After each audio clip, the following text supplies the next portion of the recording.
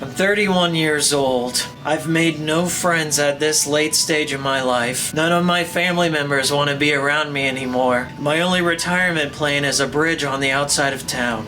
Won't somebody help me?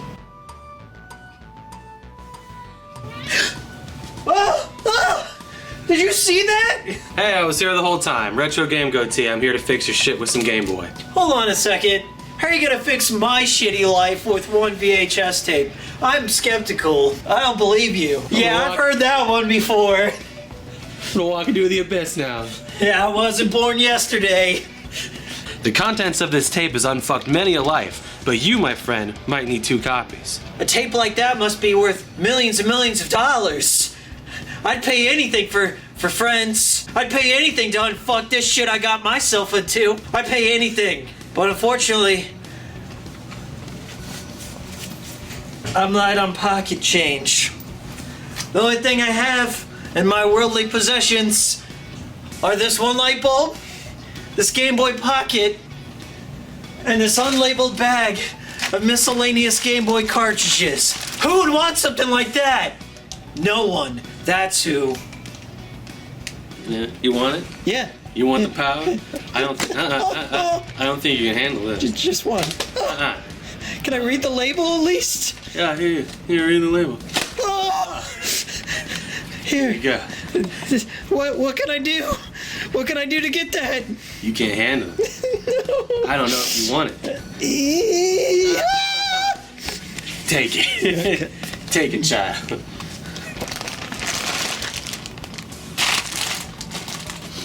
It's got Game Boy Gallery 3 in this bitch.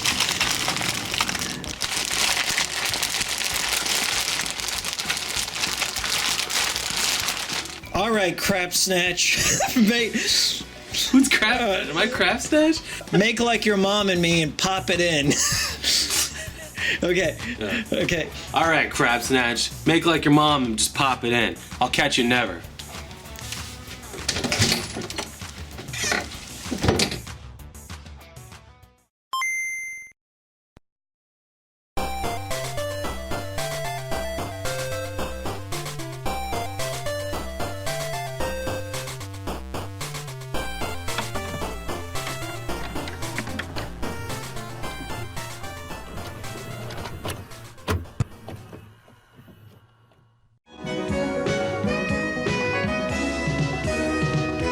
Hey, I'm Kirk Almighty, and I'm here to talk about Mania. Mania is a Game Boy action puzzle game developed by EAD team at Nintendo and one of Shiggy Diggy's least known titles. Nintendo's EAD team is behind major IPs like Donkey Kong, Super Mario, Link's Legend, Star Fox, Famicom Mukashi Banashi Shin Oginishima, and Wii Bowling. Mania was released in the same month as Mario Kart and Turok 64. The N64 was in full swing at this point, and the Game Boy was already going on 8 years in its library, so it got very little recognition at the time.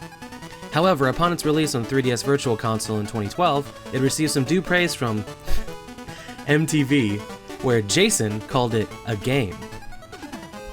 The game's main mechanic, as hopefully you've guessed, is digging. On a single screen, the above ground is laden with enemies, health, rocks, and a goal. You can dig through an empty space on the above ground to go underground, and work around anything that's blocking your way.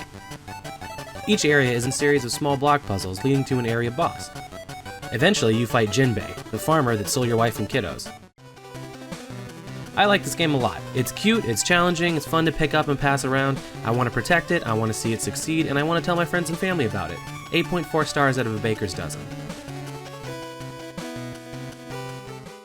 Alright, it's time to get out your Gomez cream and your 28-year-old Addams Family cereal. Because it's time to talk about the Addams Family for the Game Boy. So the plot is pretty much the same as its NES counterpart. You play as Gomez, and you've got to fight the family lawyer Tully and rescue all the Addams Family members by exploring the vast and disjointed Addams Family manor. Now, out of all the Addams Family video game adaptations of the 1991 movie, the Addams Family on the Game Boy changes things up and makes some unique game gameplay decisions to differentiate itself from the NES, Sega Master System, and Game Gear editions, which were all clones of the same game. So as Gomez, you have to find each individual family member, and they're spread all across the manor, and you're only given some vague clues of where to go next. Your first mistake is if you go inside the mansion, as you would tend to do because you're placed at the doorstep, but no, the correct answer is to go left into the graveyard, where you eventually face off against the Grim Reaper, and he's no joke, one of the hardest fights in the game, because if you get touched with one skull, you instantly die. I guess that's true to the Grim Reaper's character, as depicted in the movie. Once you defeat a boss, you rescue a family member, and you're treated with a little bit of dialogue that sounds nothing like the characters from the movies, and there's no natural progression in how their sentences are constructed. Take a listen. "Thanks, Father. I was starting to feel comfortable here. Here's a golf club to help you. I hope you can swim." Now, some of you might infer from "I hope you can swim" that your next objective would be in a place where there's water, like a lake or pool of some kind. But no,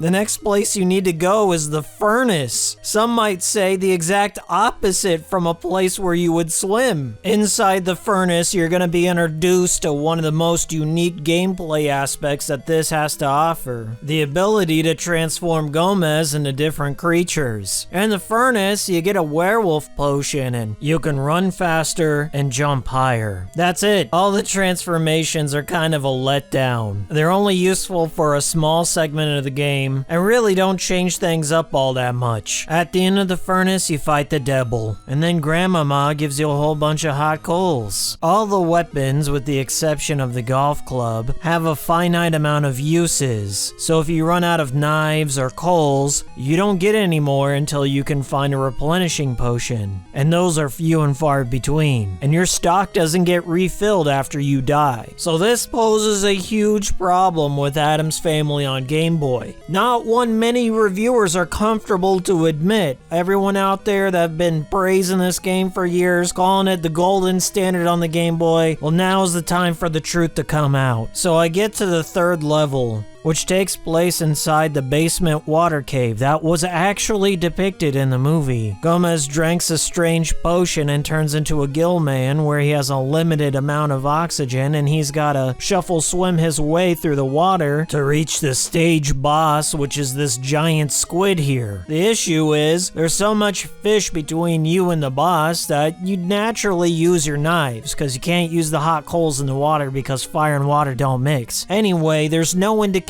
for the player to be conservative whatsoever with the knives. And then you get to the squid, and you fire off all your knives, and then what? You're stranded in the boss room, there's no way to replenish your knives, so you just have to die. Serves you right for not knowing the future. Thank you, sir. I can offer you nothing but my gratitude. And these ice cubes. I'd like to say the game gets better from here, but that would make me a liar. The next level takes place inside the refrigerator. There's no family member to rescue here or a big boss waiting for you at the end. Next level, you hop into Pugsley's toy box, you fight a bunch of toys, and at the end there's a giant bear and you just spam him with all your projectiles. Thanks for rescuing me, Dad. Here's some building blocks. Moving on. The next segment takes place in the attic, which is home to the best boss fight in the entire game. Fester Addams comes waddling out, and I gotta say, he looks 100 times better than the Gimp Fester from the NES version. Fester will spit out light bulbs at Gomez, and then Gomez has to fire back at him with whatever he's got and push him into the lightning 3 times. After you win, you get sent to the last bit of the game, the torture chamber located in the basement. And yes, this does exist in the Addams Family canon. This level was the only one that seemed to have any sort of level design to it. It kind of has an I wanna be the guy quality to it, because you're avoiding spikes, saws, and other sharp objects. When you get to the end of it, you finally face off against the main bad guy, Tully, who once again looks nothing like his movie counterpart. Looks like you're just having a knife fight with Donald Trump here. I was hoping for something cool after that Fester fight. Fuck me, I guess. The family's house has been reclaimed thanks to Gomez heroism. The determination of the family has won the day. Poison them, throttle them, hurt them. They will come back for more. And why? Because they like it. Blaster Master Jr., also known as Blaster Master Boy, is perhaps the most obscure entry in both the Blaster Master and Bomberman series, and from what I've gathered, it's a hybrid between the two. From my understanding, Blaster Master Boy is the black sheep in the Blaster Master family. Blaster Master fans have rejected this entry because they believe it to be more Bomberman than Blaster Master. And that might have something to do with the missing 2D levels where you drive around Sophia the Third, as well as the substitution of grenades for dropping down bombs. There's not much of a story to be found within Blaster Master Boy. You just gotta wander around these grids, drop down some bombs to clear a pathway, to find a key, to then get to the exit and to the next map. There's no seamless world going on here where you can kind of explore in a Metroidvania fashion. It's as linear as it gets. But hey, I was just chalking that element up to it's just a Game Boy game. What more can you expect? Sometimes linear can be fun.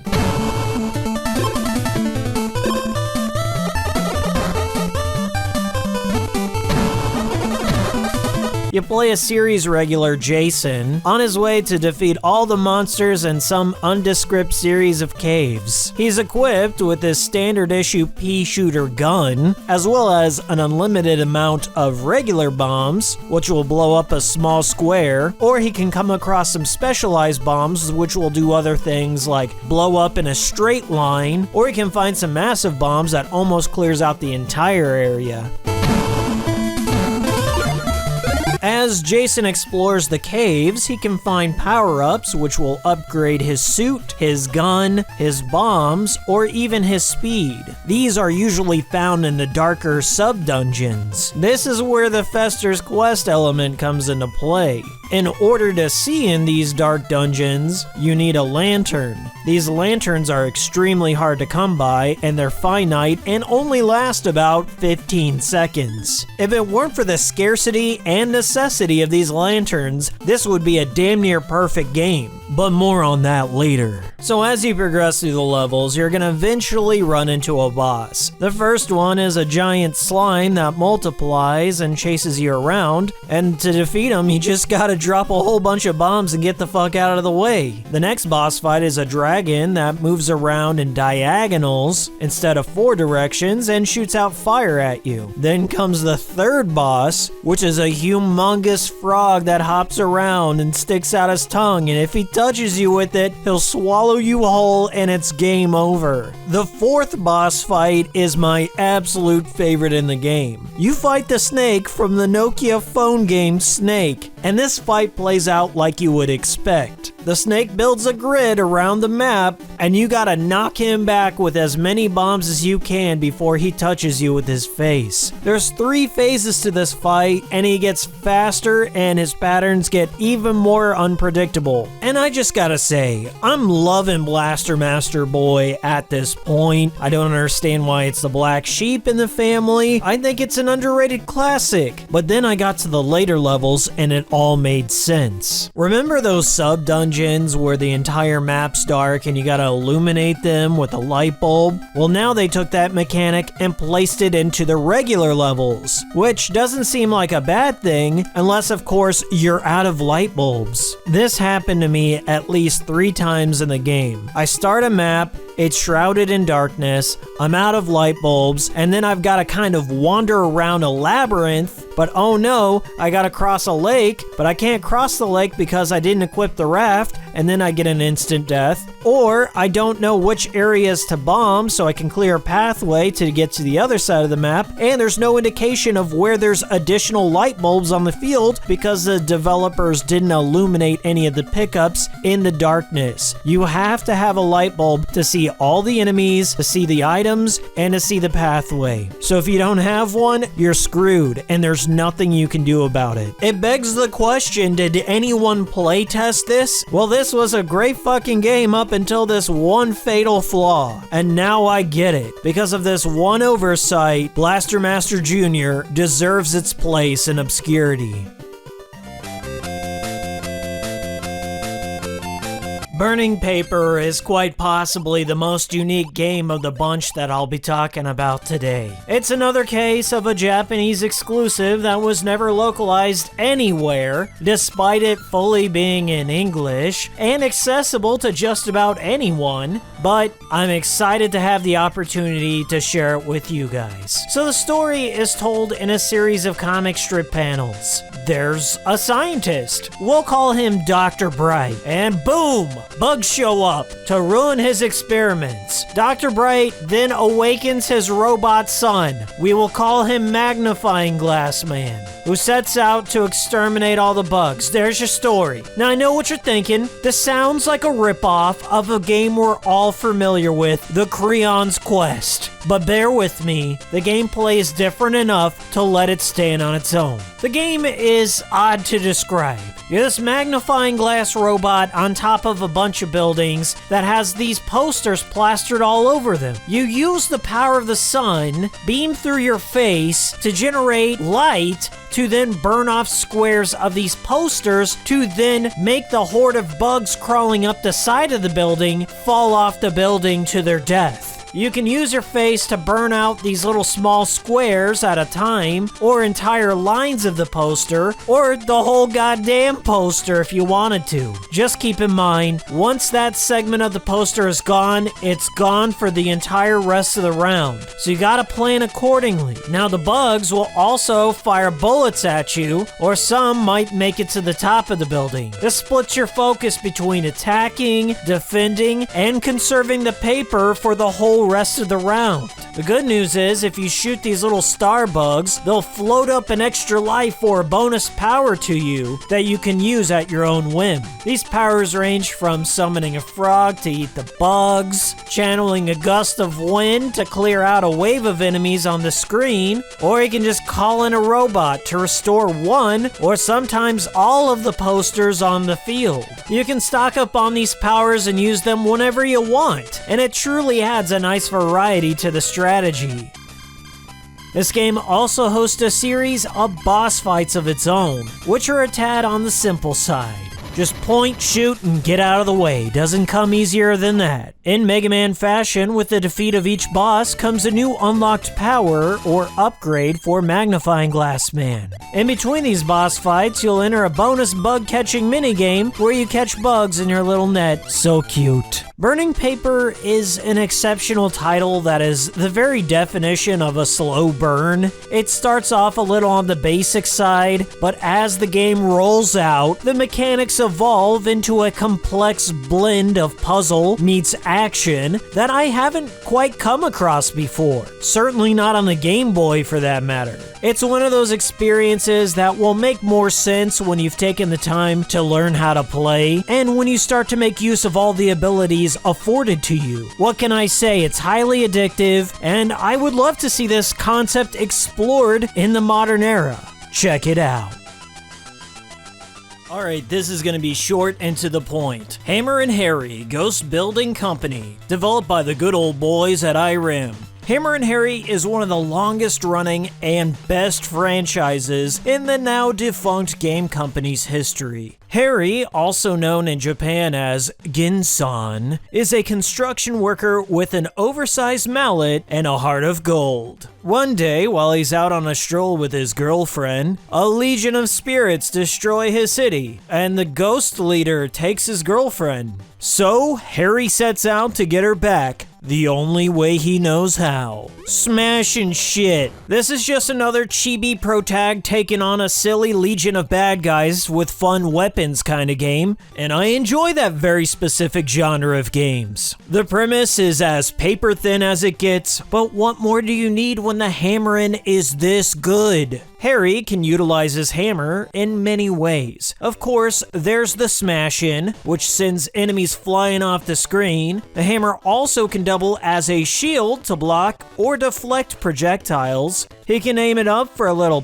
poke attack. And finally, he can hop up in the air and crash down to deliver a stunning shockwave a la the Wario Butt Bomb. The Hammerin Harry series is easy to learn, but hard to master. The difficulty ramps up considerably with each new level. Thankfully, you can pick up some onigiri to stack up your health bar, and occasionally an enemy will drop a hard hat, which will protect Harry's noggin from one hit. He can also get a giant spike club, which is ridiculous. It increases his damage by double and gives him a wider attack, but you can lose it if you get hit. This game uses both humor and variety to keep the gamer's attention. All the levels provide something new and unique to help differentiate the levels from one another. Sometimes Harry will pilot a plane in a shoot-'em-up fashion, or sometimes he'll go underwater for a swim. Those are some impressive Game Boy water effects. Why stop there? How about we launch Harry out of a cannon? Do it! How about you put him on a giant living blimp monster while fighting a giant ghost? Wait, I got it. How about we have Harry face off against the KKK? The kids will love it. Here's the deal. Harry is just one of many mascot platformers. The developers just created a funny character, and then they put him in entertaining and challenging situations that follow proven gameplay concepts that have come before it. It's like a good fast food cheeseburger. Low budget, familiar, and hits the spot when you're in the mood for it. Hikiko says, check it out.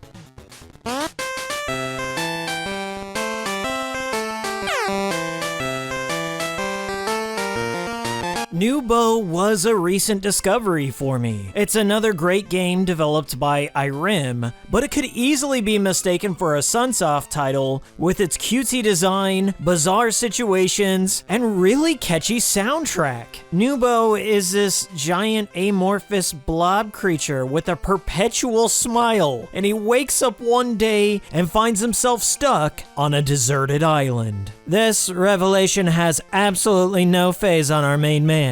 His smile and optimism, perpetual. NooBow is similar to the Dizzy the Egg series, where you have to find items to use to help you solve platforming puzzles to move to the next area. Stage 1 has NooBow sailing, learning to stack blocks and climb, and as things move along, the game progressively increases the cute factor with Pogo Stick NooBow.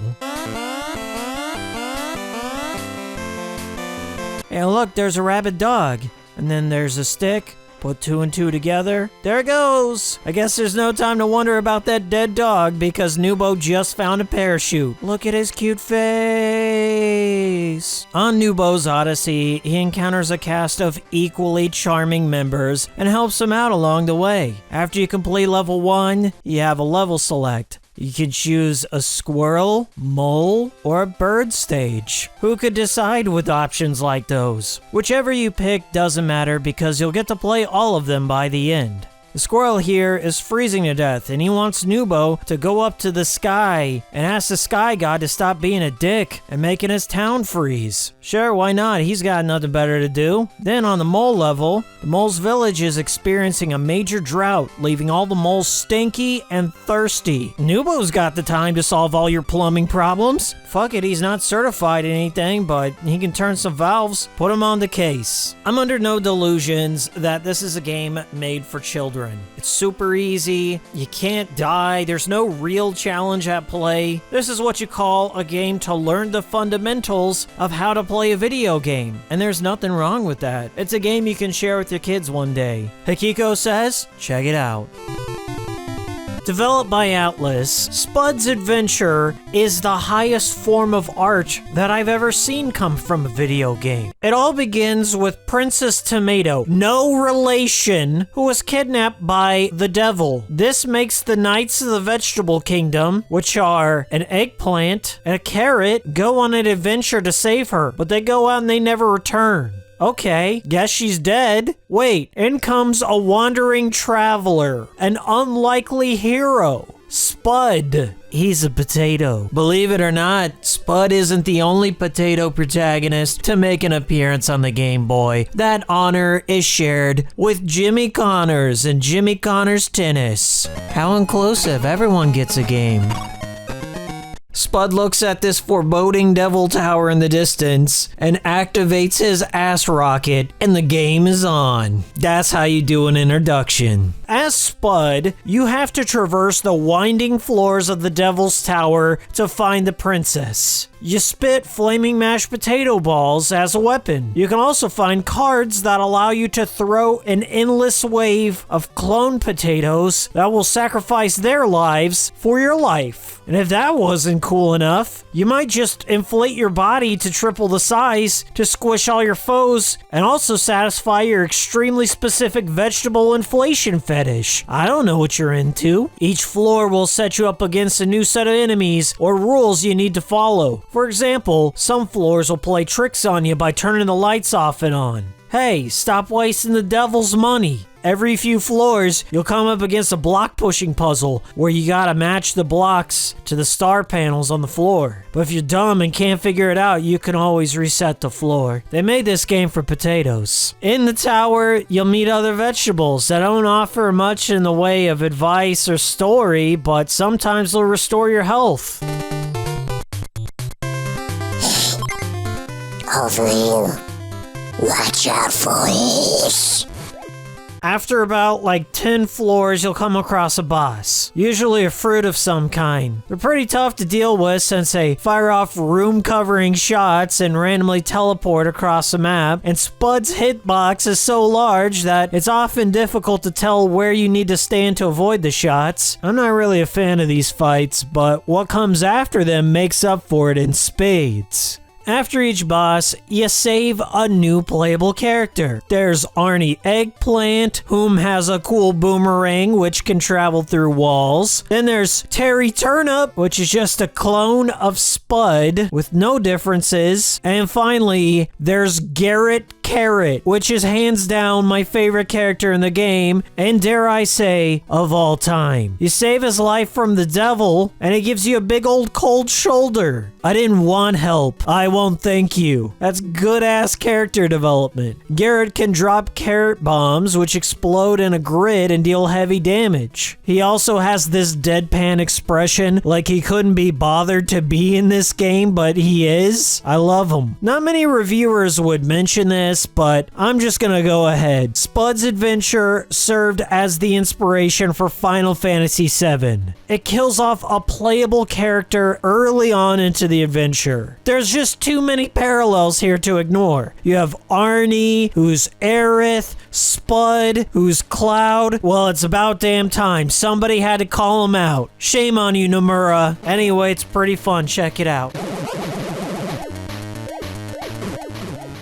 Almost every retro system had some form of Teenage Mutant Ninja Turtles representation on it, and they were always the best beat-em-ups found on any given platform. Now, out of all of the retro systems, the Game Boy iterations of Konami's Turtles are the ones that I was least familiar with, so I sat down and played them all for the first time. Now, the first two games are really nothing special. You have Fall of the Foot Clan and Back from the Sewer. They are 2D side-scrollers that are nearly indistinguishable from one another. You just scroll from left to right, and you swing your weapon at the enemy, or occasionally jump kick. Not a whole lot to say. They're not bad games by any stretch, and they still contain some of those kick-ass Konami tunes, but ultimately, they didn't try anything more to stand out from the rest of the Konami Turtle series. They were just watered-down beat-em-ups on the go. However, in 1993, Konami went back to the drawing board to radically change the Turtles formula. TMNT 3 Radical Rescue was Konami's attempt at a Metroid clone starring the Ninja Turtles. And yeah, it's as cool as it sounds. The story kicks off with the Shredder and his clan of foot soldiers escaping from jail. They kidnap 3 of the brothers Turtle, Master Splinter, and April O'Neil. Michelangelo was out getting a pizza, and he comes home to find the Shredder talking some shit to him through the TV set. Thus spurs the rescue of Radical Nature. Alright, so major points awarded for having Mikey as the protagonist of the game for a change. He's usually just the comedic foil to the brothers, and it's just nice to see him as our leading reptile. This game has one giant sprawling map in a Castlevania or Metroid fashion, and the gameplay is broken up into 3 phases. Fight a boss to get a key, rescue a brother with the key, and then use that brother's special power to progress to another portion of the map. All of the brothers are nearly identical, with the exception of their weapon and special ability. Mikey can spin his nunchucks to hover long distances in a Dixie Kong fashion. Leonardo can turn into a drill to dig through certain blocks. Raphael can duck into a shell and slide across spikes or traverse through narrow passageways. And last but certainly not least, the most intelligent Ninja Turtle, the big brain, purple bandana wearing Donatello, can climb walls, because that's what he's known for. Other than their special powers, they're pretty much all the same. They have no varying stats, and all of them share the same health bar. They don't have individual ones like in the NES game. That's a bit of a letdown, since each of the prior games did a little something to differentiate the strengths and weaknesses of each brother. For example, Donatello had a longer reach with his bow staff in the NES game,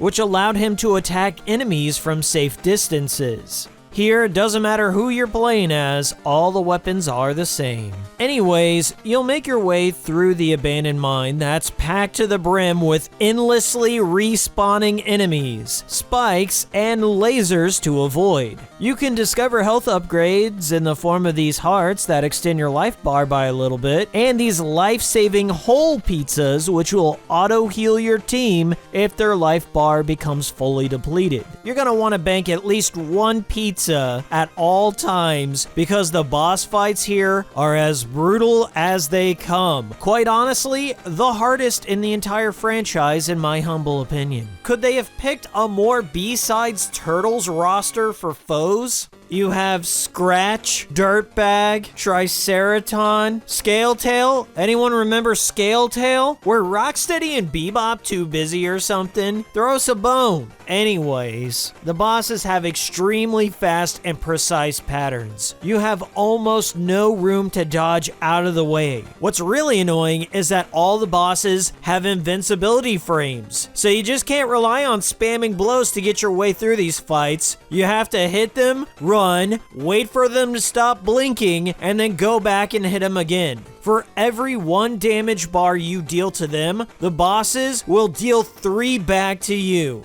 They're not messing around. My favorite part of the game is when you meet Master Splinter. He gives you an ominous warning of what's to come. Well done, my turtles.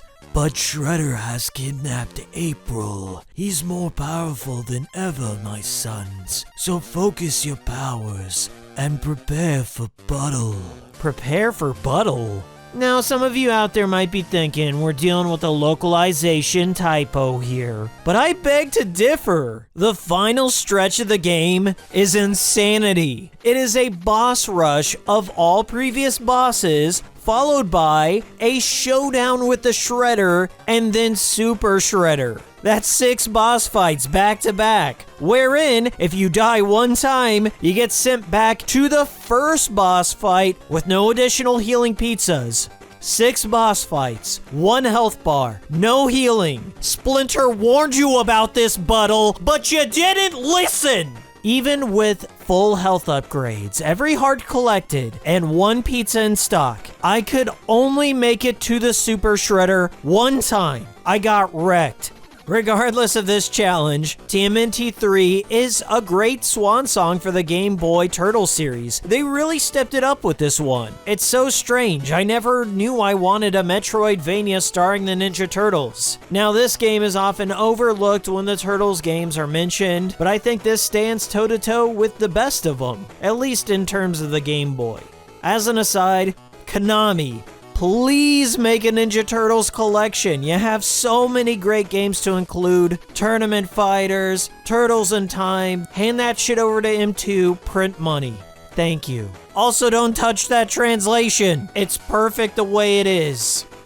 When people talk Trip World, the first thing they talk about is, oh my god, this game's so rare, how do you own that? You must be a millionaire. Well, luckily, I own a legitimate copy of a ROM that I got from emuparadise.com. May you rest in peace. This game was developed by Sunsoft, which has always been my go-to retro company of choice. Not necessarily for the gameplay, most of the time just for the killer soundtracks. For every big license adaptation this company put out, they would always follow it with a really experimental IP to accompany them. Games that wouldn't quite follow the rules or conventions of typical 2D platformers. Trip World, without question, lives up to that reputation and its own name. It's quite the trip. The story, as I interpret it, is about a kingdom of rabbit creatures that is overthrown by an evil dark rabbit creature. So you play as a rabbit knight with Kirby-esque shape-shifting powers on a quest to set shit straight. So what makes this 2D adventure so unique? Well, for one, the rabbit here can shift into several forms that are context and situation dependent. Sometimes he can transform into a ball that just bounces around the stage for no reason. Other times he can shift into a fish that traverses the waters, and that is useful.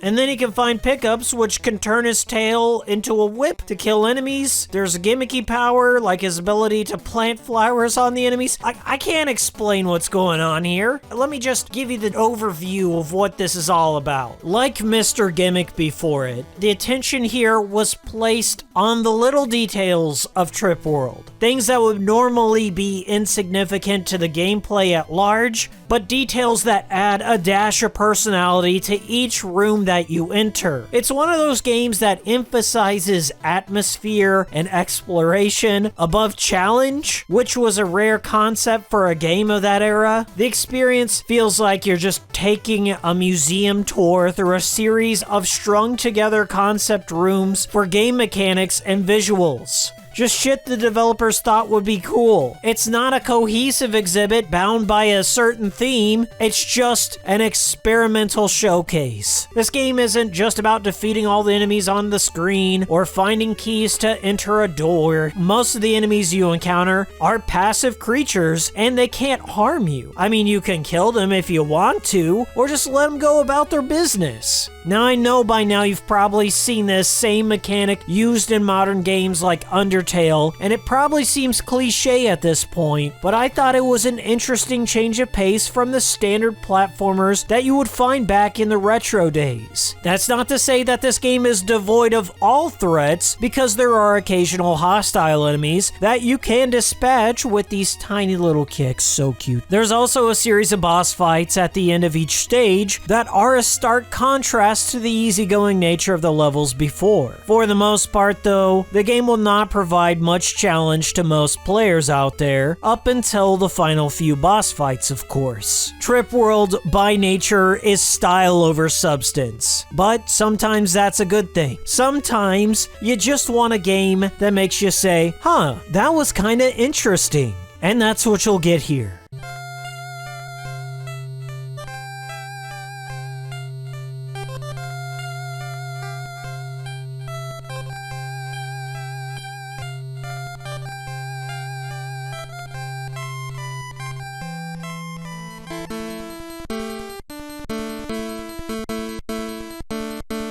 Beavis and Butthead for the Game Boy was released so far into the Game Boy's life cycle, coming out in March of 1998. It was the second to last game ever released for the handheld, falling shortly behind Pokemon Yellow, which was the last official release for the handheld. The game also came out 1 year after the show's first cancellation and 2 years after Beavis and Butthead Do America, the feature-length film. So what was the purpose of making this game, releasing it so late, not putting it on the Game Boy Color? So many questions, so little answers, but I'll do my best to try and wrap my head around it. Beavis and Butthead belongs to the genre that I affectionately like to call white trash kidcore. I imagine out there somewhere, in a Midwestern Walmart in the late 90s, there was a little snot-nosed kid barking around the video game aisle, and he calls the attention to his mom, who's halfway across the store getting 2 liters of Sam's Choice Cola and her standard issued mobility scooter, and he goes, Mama,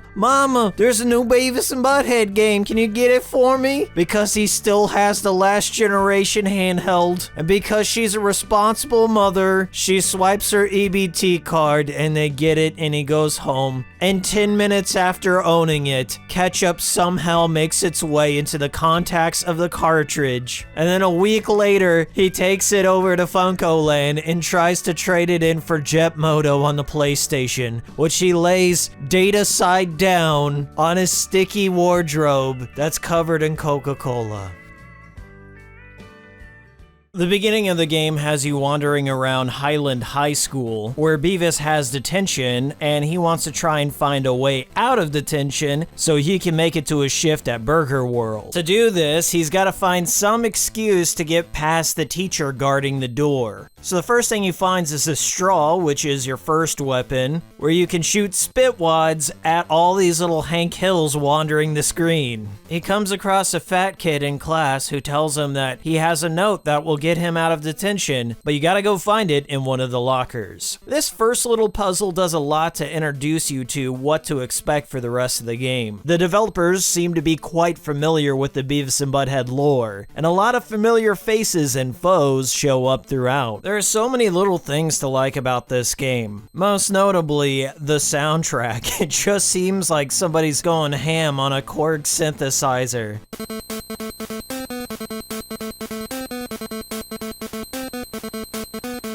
There's no structure or harmony, it just comes at you with all these tinny triangle waves. It's a full-on attack of your senses, and it works. There are a few different styles of gameplay tucked away in here. There's a level where the gym teacher assaults you and you gotta dodge all these kickballs coming at your face to earn his respect. There will be groundskeepers that get pissed off if you step on the flowers. It has no bearing on the overall game, it's just a nice little thing they included. There's a 2D level that takes place in the sewers where you gotta hop over these rats and climb ladders. You can find porno mags to Hulk out Butthead and he goes on a rampage just rocking around the street. I guess that's the Starman equivalent here. And when you finally get to Burger World for your shift, the manager accosts you at the front door and forces you to stomp on all the cockroaches because they can't afford an exterminator. And then you just walk over all these leagues of cockroaches, and then you take some cockroach burgers out on delivery to the karate dojo where the sensei eats them and vomits and threatens to kill you. Those are just a slight few examples of the crazy scenarios this game presents, but nothing tops what the developers had in store for the kids who bought this. So Beavis and Butthead meet up with Todd finally, and he threatens to kick their ass if they don't get him some oil for his car. So they wander around town trying to scrounge up $2, which is like $200 in modern dollars in 1990s or something. And when you finally do get the $2, you go to the hardware store, buy some oil, and once you give it to Todd, he peels out, gets arrested by the cops, and so Beavis and Butthead hatch a plan to break him out of jail by taking on the Highland police force with spitwads and tomatoes. It's not exactly the prison break scene from Hotline Miami, but it's as close as you're gonna get on the original Game Boy. Anyways, Beavis and Butthead miraculously break Todd out of jail, and as a thank you, Todd beats the ever-loving shit out of Beavis and Butthead. They don't get to join the gang, and they just depressingly sit on their couch until it fades into a game over screen. Have some news for you that you might not like. So, I'm leaving you this game to remember me by. I ain't gonna be part of you and your mother's life no more. And, well, I'm not one for words. Tell your slut mom I said goodbye. Anyway, This is getting awkward. You know what they say, Biker Crank can't cook itself. And with that, I depart this family. See ya.